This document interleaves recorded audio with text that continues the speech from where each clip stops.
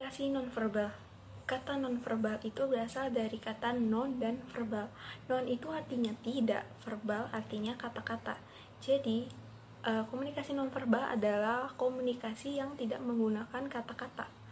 Dari definisi di atas, kita dapat mengetahui bahwa komunikasi nonverbal itu adalah suatu kumpulan isyarat, gerak tubuh, sikap atau perilaku, dan sebagainya yang menunjukkan bahwa seseorang itu dapat berkomunikasi tanpa menggunakan kata-kata.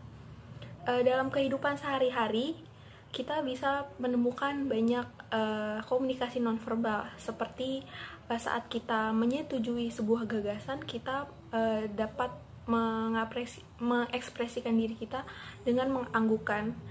Begitu sebaliknya jika kita menolak, kita menambahkan gelengan kepala.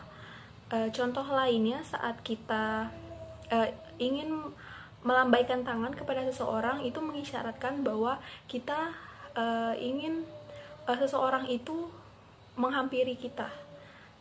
Contoh lainnya saat kita di WC umum ada lambang gambar pria dan wanita, itu menunjukkan bahwa saat kita ingin menuju ke toilet umum, kita harus masuk sesuai dengan jenis kelamin yang sudah ditentukan dari lambang tersebut. Selanjutnya, materi yang akan saya sampaikan adalah fungsi dari komunikasi nonverbal. Yang pertama, perilaku nonverbal itu dapat mengulangi perilaku verbal. Misalnya, seperti menganggukkan kepala, tanda menyetujui sesuatu, dan seperti misal contoh lain, saat ada seseorang ingin menanyakan kita di mana toilet umum berada, kita menggunakan jari telunjuk untuk menunjukkan arah kemana toilet tersebut. Yang kedua, perilaku nonverbal itu dapat mempengaruhi, melengkapi, dapat memperkuat komunikasi verbal, perilaku verbal. Contohnya, seperti kita melambaikan tangan saat kita mengucapkan selamat tinggal. Yang ketiga, perilaku nonverbal itu dapat menggantikan perilaku verbal. Contohnya, menyilangkan kedua tangan dimaksudkan kita menolak sesuatu. Yang keempat itu, perilaku nonverbal itu dapat meregulasikan perilaku verbal. Contohnya saat kelas hampir selesai waktunya dan mahasiswa segera memasukkan buku, menggunakan jaket. Nah, itu pertanda bahwa dosen harus mengakhiri kelas. Yang kelima, perilaku nonverbal itu membantah atau bertentangan dengan perilaku verbal. Contohnya, dalam hubungan suami istri, seringkali si suami dibuatkan makanan oleh istri, dan bagaimana agar tidak membuat sakit hati si istri saat makanannya itu merasa tidak enak dan dia mengucapkan bahwa makanannya itu enak. Berikutnya ada karakteristik dari komunikasi nonverbal. Nah, yang pertama itu pesan nonverbal berlangsung dan diinterpretasikan bersamaan dengan pesan verbal. Maksudnya tuh kayak gimana? Semisal kita diajak makan dengan teman, lalu teman kita bertanya bagaimana rasanya. Nah, kita otomatis menjawab, wah rasanya enak, mantep deh pokoknya. Nah, di dalam contoh tersebut, tanpa kita sadari, kita melakukan kegiatan komunikasi nonverbal, yaitu dengan menggelengkan kepala dan mengacungkan jempol. Yang kedua itu ada pesan nonverbal yang langsung secara spontan. Maksudnya seperti ketika kita melihat sesuatu yang kita tidak suka, kita akan mengerutkan kening dan akan memanyunkan mulut kita. Berbeda dengan kita melihat hal-hal yang kita suka, kita akan kita akan menunjukkan ekspresi kaget, terus tersenyum, matanya melotot melihat itu dan sebagainya. Yang ketiga itu pesan nonverbal berlangsung secara terus-menerus. Maksudnya tuh ketika kita berkomunikasi, pesan verbal itu akan berhenti, tetapi pesan nonverbal itu akan lanjut. Semisal ketika kita sedang mengobrol dengan teman kita dan pembicaraan itu berakhir, tetapi ketika kita sedang berbicara itu, kita saling tatap menatap, tersenyum, dan lain-lain. Kita masuk ke bentuk-bentuk komunikasi nonverbal.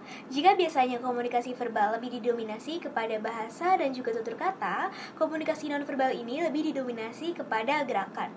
Bentuk komunikasi nonverbal yang pertama yaitu adalah disadari timbulnya rasa senang, simpati, atau bahkan kurang menghargai akan muncul dari bahasa tubuh dan juga sikap yang kita tunjukkan.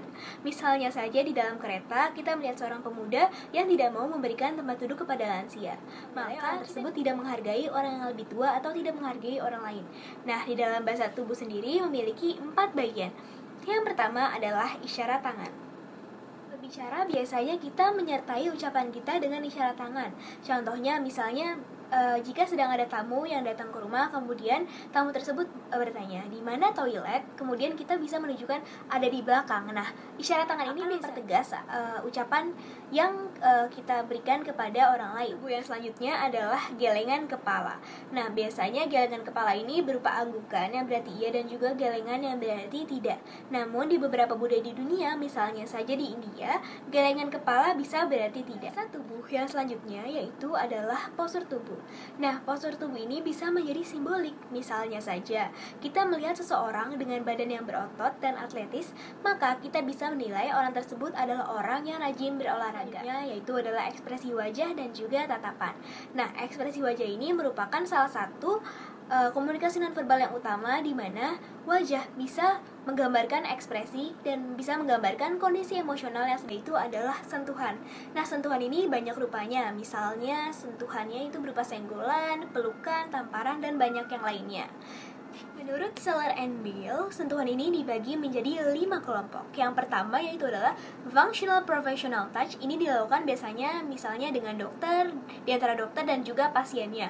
Kemudian yang kedua, social polite touch. Nah, ini kepada gerakan misalnya jika ingin bepergian, menepuk pundak dan juga berkata dadah. Kemudian yang ketiga yaitu adalah friendship warmth touch. Nah, ini biasanya dilakukan saat merangkul teman yang sedang sedih untuk menunjukkan keakraban, yaitu adalah love intimacy touch. Nah, ini biasanya dilakukan sepasang kekasih, misalnya mengelus-elus rambut atau biasanya memeluk dan lain hal sebagainya. Kemudian yang selanjutnya adalah sexual arousal touch. Nah, ini biasanya suami istri. Nonverbal selanjutnya yaitu adalah perubahan bentuk wajah. Misalnya saja kita mendengar cerita dari seseorang dan kita tahu bahwa cerita tersebut tidak sesuai dengan kenyataan, maka biasanya bentuk wajah kita berubah menjadi seperti sedikit sinis atau alis diangkat.